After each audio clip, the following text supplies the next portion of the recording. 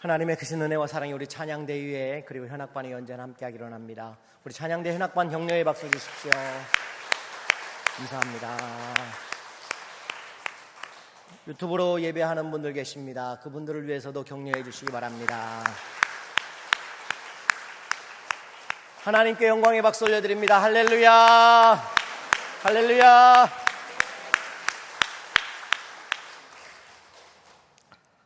함께 인사하시겠습니다.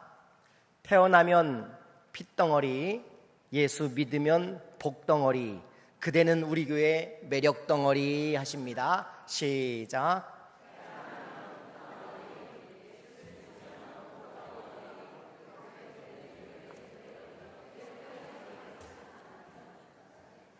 마지막에 매력덩어리만 크게 하시는 분들 많이 계시네요. 보니까 가슴에 손을 얹고 함께 고백하시죠. 하나님은 우리의 예배를 기뻐하심을 믿습니다.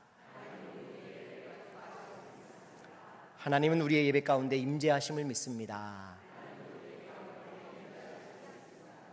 하나님은 예배를 통해 가장 확실하게 말씀하심을 믿습니다.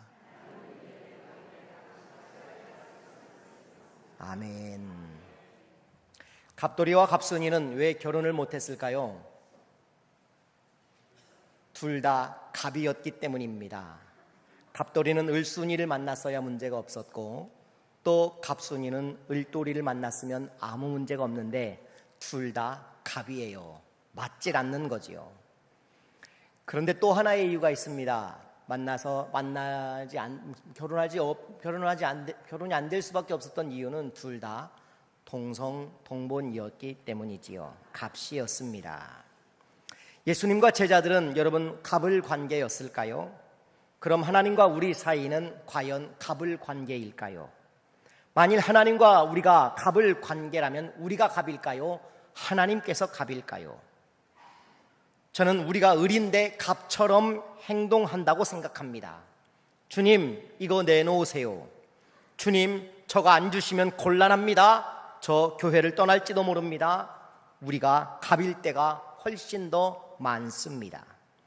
그런데 주님과 우리 사이는 갑을 관계가 아닙니다. 사랑의 관계이지요. 그리고 이 사랑의 관계에서는 고백을 전제로 한 관계가 확인되어지는 것입니다.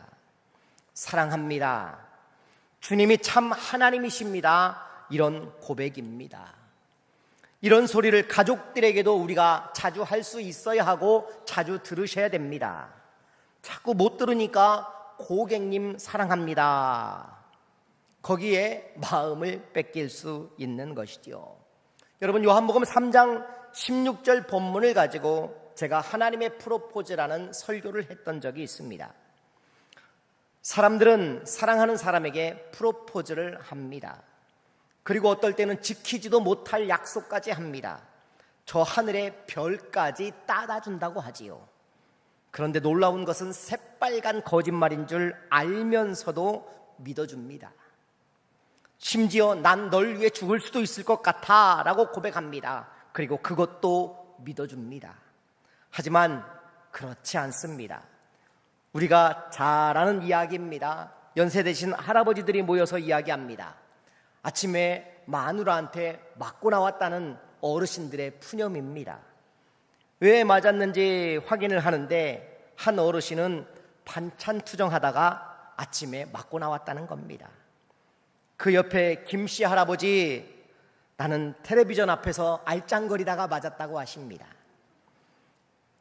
그 옆에 계신 최영감님, 나는 아침에 마누라 어디가 물어봤다가 맞았다고 합니다. 마지막 박씨 할아버지 울면서 이야기하십니다. 아침에 눈을 떴다고 맞았다고 합니다. 죽을 것 같이 사랑한다고 고백하고 또 그 고백을 받아주지만 오래가지 못하는 것이 인간입니다. 그런데 하나님께서 우리에게 프로포즈 하십니다. 뭐라고 하셨을까요? 나 널 위해 죽을 수도 있을 것 같아. 널 위해서라면 난 죽을 수도 있어. 프로포즈 하십니다. 그런데요, 하나님은 진짜로 우리를 위해 죽으셨습니다. 그 약속을 저 십자가에서 지키신 분이 우리 하나님이십니다. 왜요? 죽을 만큼 우리를 사랑하시기 때문입니다. 그래서 저 십자가는 하나님의 프로포즈입니다.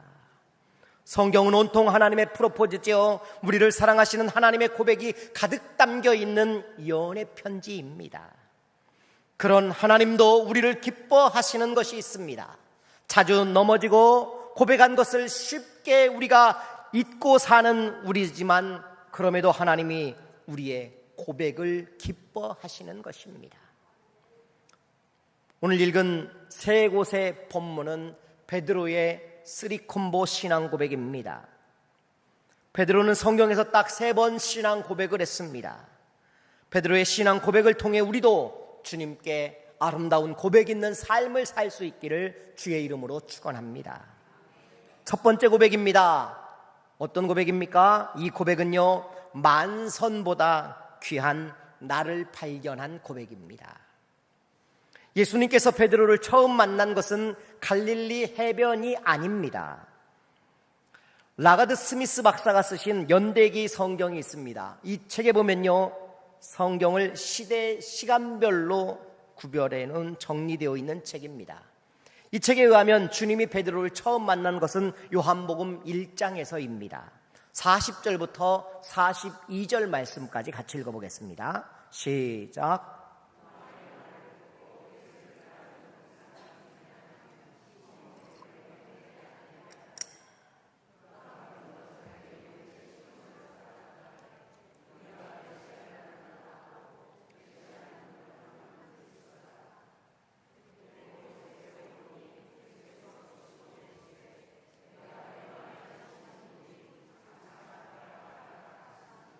아멘.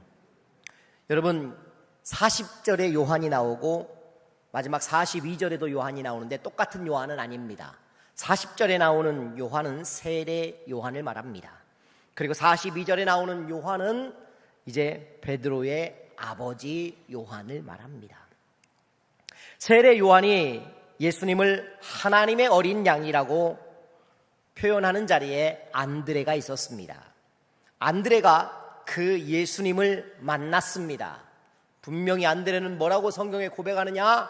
그가 메시아를 만났다고 고백합니다. 그리고 달려가서 그의 형인 베드로에게 내가 메시아를 만났다고 전합니다. 그리고 안드레의 소개로 베드로와 예수님이 첫 만남이 이루어진 것입니다. 주님은 이때 베드로에게 근사한 별명 하나를 지어주셨습니다. 게바라는 별명입니다. 반석이라는 뜻을 가지고 있지요. 그리고 주님을 다시 만난 것은 갈릴리 해변이었습니다. 바로 오늘 본문의 이야기인데 이게 두 번째 만남이지요. 사람들이 몰려들었습니다. 왜요? 주님이 그곳에 계신 것을 알았기 때문입니다. 몰려든 이유는 기적을 체험하거나 병을 고치기 위해 몰려든 것이 아닙니다. 왜냐하면 아직 제자들조차 구성되지 않았고 주로 주님 혼자서 사역하던 시기였기 때문입니다. 그들이 몰려든 이유는 뭐였을까요? 세례 요한의 메시지 때문일 가능성이 높습니다.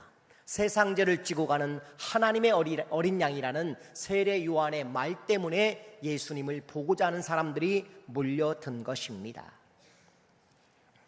그런데 주님이 왜 그곳에 계셨을까요? 이게 중요합니다. 저는요, 이것이 주님의 의도된 발걸음이라고 생각합니다. 일부러 베드로를 찾아가신 것이지요. 그리고 그곳에 베드로의 배가 있었습니다. 주님을 처음 만났을 때에 그가 따라 나선 것은 아니었다는 것입니다. 두 번째 만남이 그래서 중요합니다. 3절 말씀을 한번 같이 보겠습니다. 시작.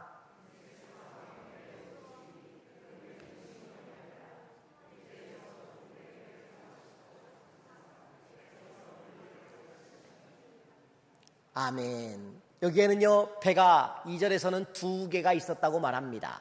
그런데 마침 그 중에 하나가 하필이면 베드로의 배였다고 말합니다. 그리고 예수님이 트로트 하나를 불러주셨어요. 뭐라고요? 배 띄워라, 이런 노래를 하나 불러주셨어요. 그리고 베드로가 배를 띄웁니다. 아주 근사한 그야말로 아름다운 수상강대상이 되었습니다. 호수라서 배를 띄우면 많은 사람들이 주목할 수 있었습니다. 그리고 모두가 주목하는 배 위에서 예수님은 충분히 가르침을 베풀어 주셨습니다. 말씀을 마치시고 베드로에게 깊은 곳에 가서 그물을 내리라고 하십니다. 여러분, 주님이 물고기가 많은 곳을 아실까요? 모르실까요? 아실 것 같습니까? 모를 것 같습니까? 예수님은 목수시지요. 그런데 아실까요? 모르실까요? 아십니다. 물길을 만드시고 바람길을 만드신 분이 우리 하나님이십니다. 바다의 깊이와 산의 높음을 측량하신 분이 우리 주님이시기 때문입니다. 자, 그 하나님이 그물을 내리라고 하니까 베드로가 그물을 내립니다. 5절 같이 한번 읽어보실까요? 시작.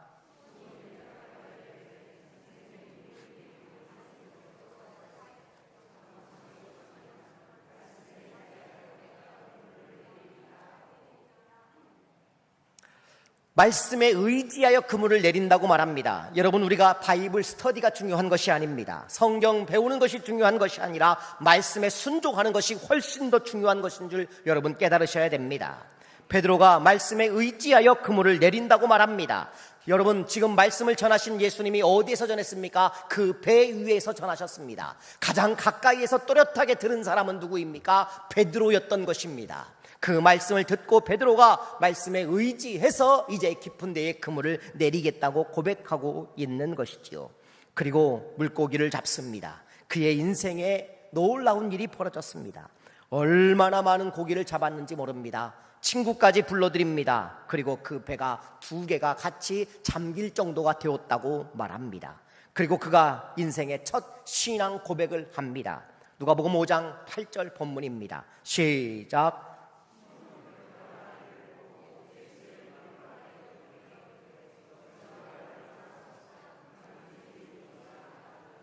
아멘.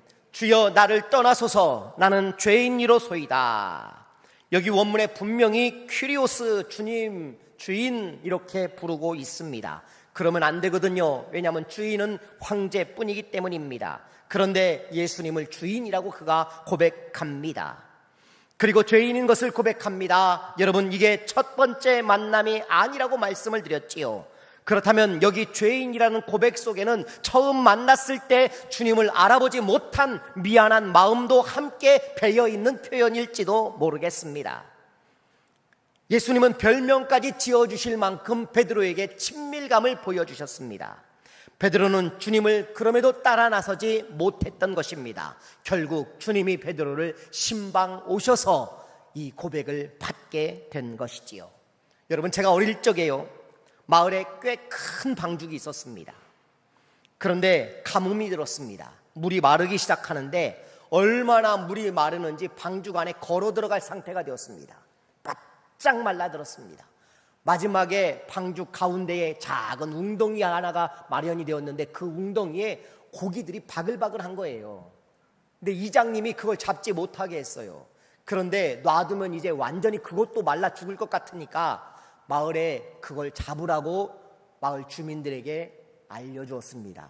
그랬더니 집집마다 양동이를 들고 오는데요, 팔뚝만한 붕어들을요 양동이에 담아갑니다. 2번, 3번씩 왔다 갔다 한 사람들도 있었습니다. 그런데요, 제가 그때 그 웅덩이를 보고 느낀 게 뭔지 아십니까?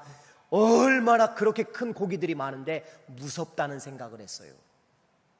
정말 무섭더라고요. 여러분, 들판에 까마귀가요 너무 많은데요, 차를 타고 가는데도 무섭다는 생각을 한 적이 있습니다. 여러분, 그런 경험 안 해보셨는지 모르겠습니다. 그런데 그럴 때가 있더라고요. 정말 무섭다는 생각을 했습니다. 오늘 본문에 고기를 얼마나 많이 잡았는지 제자들이 깜짝 놀랍니다. 같이 한번 보실까요? 10절 빨간색만 읽어봅니다. 시작. 무서워하지 말라. 여러분, 엄청나게 많은 고깃대를 만나면요 무서운 겁니다. 더군다나 놀라운 건 주님의 명령에 순종했더니 이런 일이 벌어져 버린 것입니다. 고기를 잡을 수 있는 곳도 아닌데, 잡을 수 있는 타이밍도 아닌데 모든 고기를 다 잡아버린 것입니다.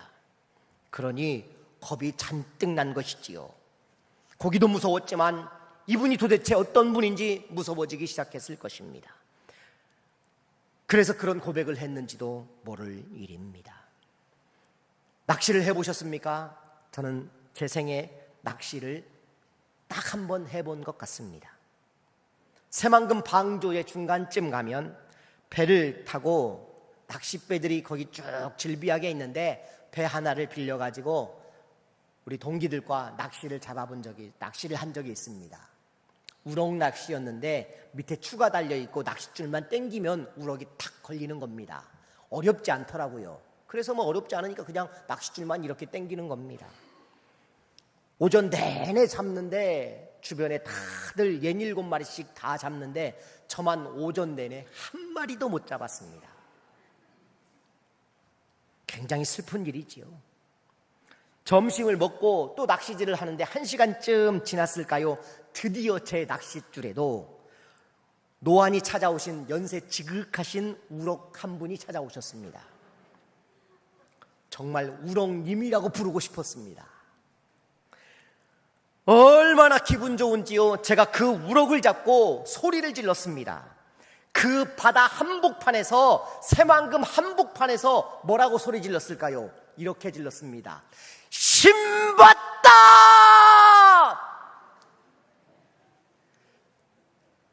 여러분 아시잖아요. 제가 얼마나 크게 했겠습니까? 이래봬도 웅변반 출신 아닙니까? 지나가던 배에 낚시꾼들이요, 그 소리를 듣고 박장대소하고 웃습니다. 고기 잡는 일은 참 어려운 일입니다. 그런데요, 평생에 만선을 꿈꾸던 사람이 있었습니다. 베드로입니다. 그런데 그 만선보다 더한 기쁨을 지금 베드로가 얻게 되었습니다. 어떻게 됐을까요? 11절 같이 읽어보시죠. 시작.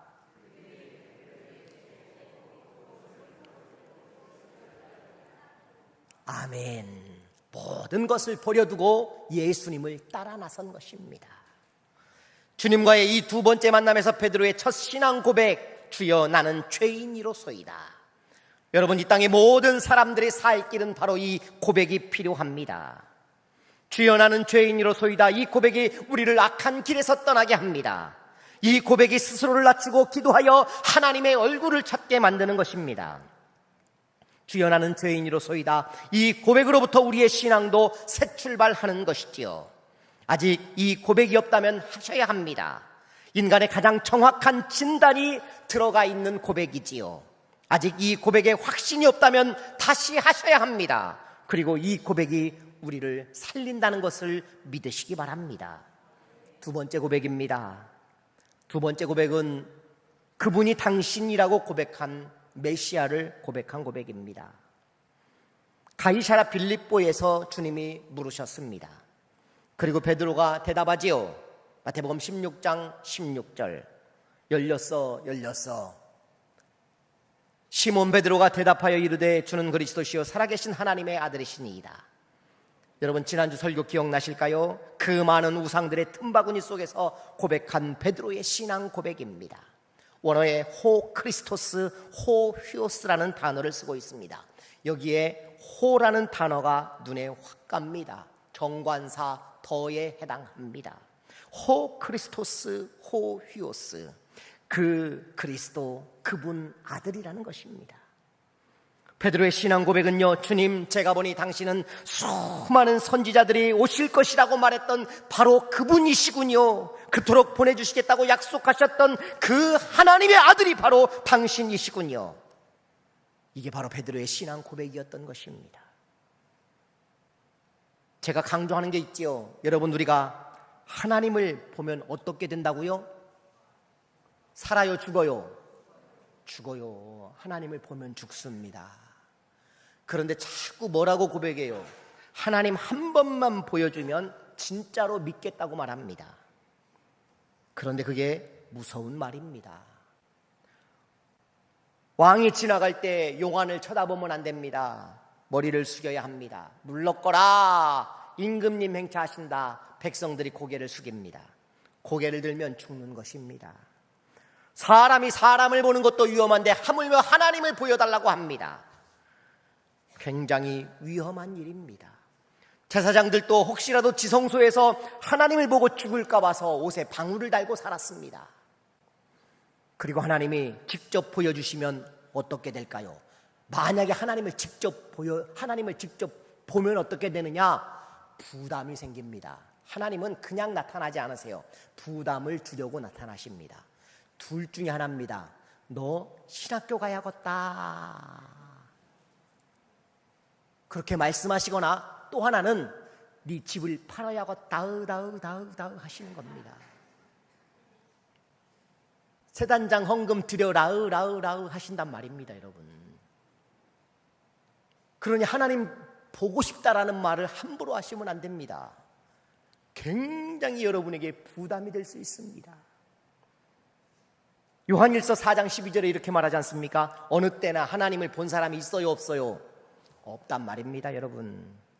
그런데 자꾸 하나님을 보여달라고 하니 하나님도 답답하셨던지 그래 보여주마 말씀하셨어요.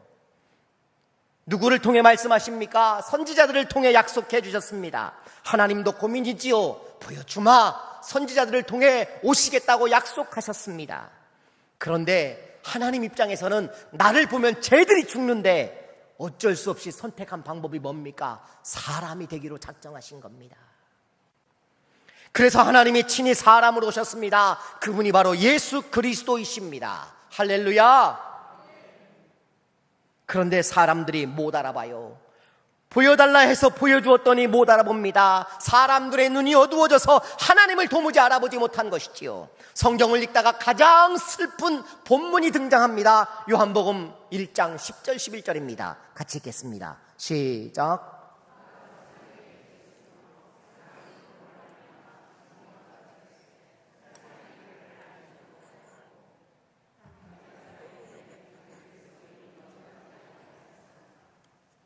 아멘. 세상이 그를 알지 못하였고 자기 백성들이 알아보지 못하고 영접하지 못했다고 오늘 성경이 말하고 있습니다. 그토록 보여달라고 하더니 보여주었더니 못 알아보더라는 것입니다. 그런데 알아본 사람이 있었습니다. 제대로 알아본 사람이 있었습니다. 그가 바로 베드로였습니다. 주는 그리스도시요 살아계신 하나님의 아들이라고 고백을 해버린 것이지요. 바로 그분이십니다.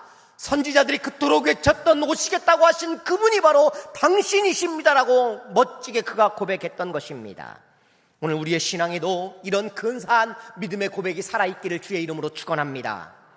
마지막 세 번째 고백입니다. 사랑 그 하나면 충분한 고백을 그가 마지막에 하게 됩니다. 요한복음 21장 1절을 보면요 이런 본문 나옵니다. 같이 읽으실까요? 그 후에 예수께서 디베랴 호수에서 또 제자들에게 자기를 나타내셨으니 나타내신 이 일은 이러하니라. 아멘. 여기 디베랴 호수가 등장합니다. 갈릴리 호수 보이시죠? 이스라엘 지도의 맨 끝에 그 위로 쭉 올라가면 단이라는 지역이 나옵니다. 단에서부터 브엘세바까지 들어보셨잖아요. 그래서 맨 위에서부터 밑에까지 이스라엘의 영토를 표시하는데 바로 위에서부터 흘러내려온 물들이 어디에 고이느냐? 여러분 저 물이 갈릴리에 다 모입니다. 모이면 또 요단강을 흘러타고 맨 아래 사해 지역까지 내려가게 되지요. 그런데 갈릴리 지역의 저 서쪽 가운데에 보시면 빨갛게 표시되어 빨간 사각형 저 도시가 티베리아라는 도시입니다. 갈릴리 바다인데 디베랴 바다라고 오늘 성경이 말하고 있습니다. 디베랴 호수라고 부르고 있지요. 이 지역이 어디냐? 정확히 저 티베리아 앞바다를 말하고 있는 것입니다. 여러분 호수가 얼마나 큰지요? 여러분 저 길이가 어마어마합니다. 양쪽 가로가 길이가 무려 13km쯤 되고요. 세로는 23km쯤 됩니다. 놀라지 않는 여러분이 놀랍습니다. 어마어마한 호수인데도 불구하고 23km예요. 23km면 우리 교회에서 익산역까지입니다. 호수의 길이가. 그러니 다들 바다라고 부르는 이유가 있었던 것입니다. 지난주 우리가 설교 들으실 때 가이사라 빌립보, 거기는 헤롯 필립이 가이사라를 지어놓고 빌립보 이렇게 붙였다고 설명 들으셨잖아요. 그런데 여기는 이제 헤롯 안티바스가 다스리는 지역입니다. 헤롯 안티바스가 저 티베리우스 황제를 기념하기 위해 만든 이름이 티베리아라는 도시였습니다. 그리고 그 바다를 갈릴리라고 부르지 않고 지금 티베리아라고 부르는 표현은 굉장히 암울한 이스라엘의 현실을 보여주고 있는 것입니다. 얼마나 어둠이 깊은지 희망조차 찾을 수 없는 황제의 그늘 아래 있는 바다가 되어버렸다는 고백을 지금 요한 사도가 오늘 말씀에서 지금 하고 있는 것입니다. 현대인들에게는 또 숫자적인 상징이 굉장히 낯섭니다. 그러나 고대인들에게 숫자적인 메시지가 굉장히 자연스럽다고 말씀을 드렸습니다. 요한복음 21장에는 바로 이런 숫자적인 상징이 숨겨져 있는 것을 제가 그냥 나름대로 해석해 봅니다. 다소 무리가 되는 해석일 수 있습니다. 제 해석이니까 그럴 수도 있겠다 하고 한번 들어보십시오. 2절을 한번 보실까요? 시작.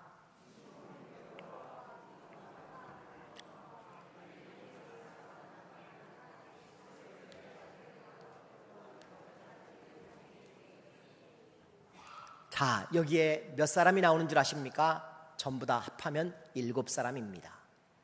베드로, 도마, 나다나엘, 세베대 아들 둘 야고보와 요한, 그리고 나머지 2명이 지금 또 있다고 말합니다. 다른 제자 둘이 있다고 합니다. 몇 명이에요? 맞죠? 7명. 맞죠? 예, 7명입니다. 7명. 7이라는 숫자는 유대인에게 완전수에 해당하지요. 그런데요, 요한 사도는 이 본문을 기록하면서 굉장히 고심을 한 거예요. 무엇을? 저 배에 탄 사람을 정확히 기록하고 싶어 하는 겁니다. 그런데 2사람의 이름이 생각나지 않아요. 성경을 기록할 때 도대체 누구였던가? 마태였던가? 다데오였던가? 생각이 나지 않는 겁니다. 그래서 그 생각나지 않는 둘이라고 표현하고 있는 것입니다. 보통 이런 경우에는 이렇게 장황하게 기록하지 않겠지요. 베드로를 따라 나선 사람들 이렇게 표현해도 문제가 되지 않습니다. 굳이 몇몇 제자들이라고 표현하지 않고 이렇게 정확하게 7명을 고심하며 기록하려고 애썼습니다. 앞에서 말한 것처럼 디베랴라는 상황의 암담함, 그 암울함의 현실이 얼마나 깊었는지 완전수 7이라는 숫자를 통해 우리에게 암시해 보여주고 싶어 하는 것입니다. 어둠의 깊이가 거의 완벽할 정도로 그들에게는 앞이 보이지 않는 상황이었다는 것을 우리에게 말하고 있는 것입니다. 그런데 여기 숨겨진 비밀이 또 하나 있습니다. 이 현장에 주님이 오셔서 배를 오른편에 던지라고 말씀하십니다. 고기를 잡지요? 몇 마리 잡습니까? 몇 마리요? 153마리. 11절 같이 한번 읽어보시죠. 시작.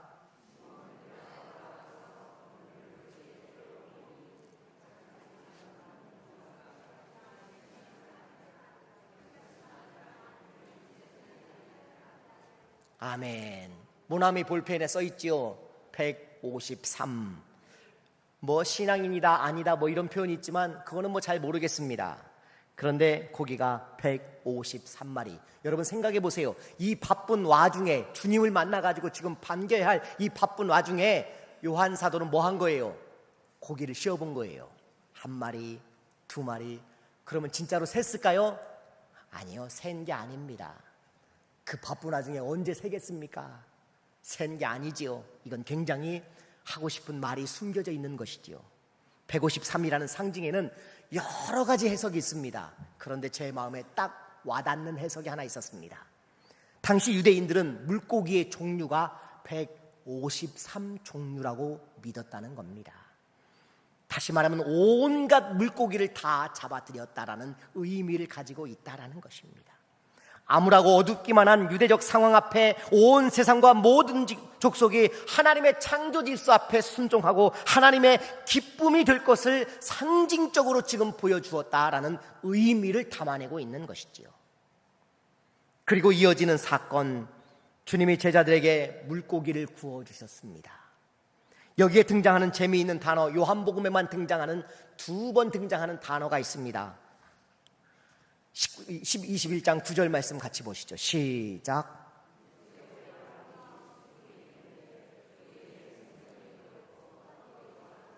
아멘. 여러분, 이 숯불이라는 단어가 요한복음에 또 한 번 등장합니다. 18장 25절입니다. 시작.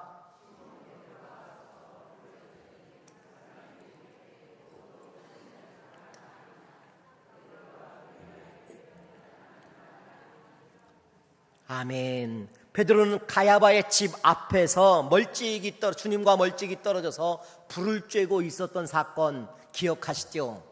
그때 어떤 일이 벌어졌습니까? 그때 베드로가 주님을 3번 부인했습니다. 그 숯불이 지금 여기에 있는 것입니다. 그 숯불 위에 주님이 지금 고기를 굽고 계십니다. 지난날 그 숯불 위에서 주님을 배반했던 그 순간이 베드로에게는 주마등처럼 스쳐 지나갔을 것입니다. 그리고 베드로의 눈에 눈시울이 촉촉히 젖어들고 있었을 것입니다. 잔잔한 침묵이 이어집니다. 그리고 굳이 지난날의 잘못을 물어보지 않는 주님의 따뜻한 배려가 있는 식탁입니다. 그저 밥 한 끼면 모든 것이 용서되는 우리의 삶과 비슷한 따뜻한 식사의 자리인 것이지요. 고속버스의 한 젊은이가 옆에 할머니가 타셨는데 말을 걸었어요. 할머니, 올해 연세가 어떻게 되세요? 그랬더니 이 할머니가 이렇게 재치 있게 말합니다. 내 나이는 알아서 뭐 하려고 그래요? 내 나이는 주름살이요. 그랬습니다. 할머니 농담도 잘하시네요. 주민등록증 있으세요? 물어보았더니 주민등록증은 없고 골다공증만 있어. 이렇게 말씀하세요. 그럼 건강은 어떠신가요? 여쭈었더니 이제는 유통기한이 다 되어버렸어 하십니다. 얼마나 따뜻한 대화입니까? 이보다 더 따뜻한 대화가 이제 시작됩니다. 주님이 이제 베드로에게 물으시는 겁니다. 요한의 아들 시몬아, 네가 나를 사랑하느냐? 아가페로 물어보셨습니다. 그런데 베드로가 필레오로 답을 합니다.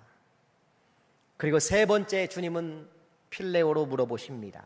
그리고 베드로도 필레오로 답을 합니다. 헬라어에는 사랑이 4가지로 표현이 됩니다. 우리는 다 똑같지만 아가페, 필레오, 에로스, 스톨게 4개가 있기 때문에 이걸 설명하지는 않겠습니다. 나중에 그럴 기회가 있을 거라 생각이 되고요. 주님이 어쨌건 물어보신 겁니다. 여러분, 주님도요 우리의 사랑을 확인하고 싶어 하시는 줄 믿으시기 바랍니다. 그래서 우리의 고백이 중요한 것입니다. 이때 베드로가 마지막 고백을 하지요. 17절 같이 읽어보시겠습니다.